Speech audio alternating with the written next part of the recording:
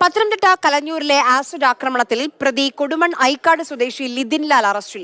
ആക്രമണത്തിന് ലിതിൻ ലാൽ മറ്റൊരാളെ കൂടി ഉപയോഗിച്ചതായും സംശയമുണ്ട്. ശ്രീ കെ അഭിലാൽ വിവരങ്ങളുമായി നമുക്കൊപ്പം ചേരുന്നുണ്ട്.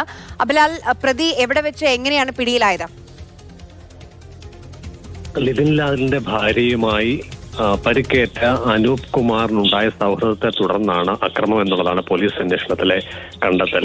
ശനിയാഴ്ച രാത്രി 8 മണിയോടെ ഇരുചക്ര വാഹനത്തിൽ കൂടലിലെ വീട്ടിലേക്ക് പോകുന്ന വഴിയാണ് മുഖംമൂടി ധരിച്ചെത്തിയ ലിതിൻ ലാലും അദ്ദേഹത്തിന്റെ സുഹൃത്തും ചേർന്ന് അനൂപ് കുമാറിന് നേരെ ആസിഡ് ഒഴിച്ചത്. ഈ ആക്രമണത്തിൽ അനൂപിന്റെ ഇടത് കണ്ണിന്റെ കാഴ്ച ഭാഗികമായി നഷ്ടപ്പെടുകയും മുഖത്തും ശരീരത്തും പൊള്ളലേൽക്കുകയും ചെയ്തിരുന്നു.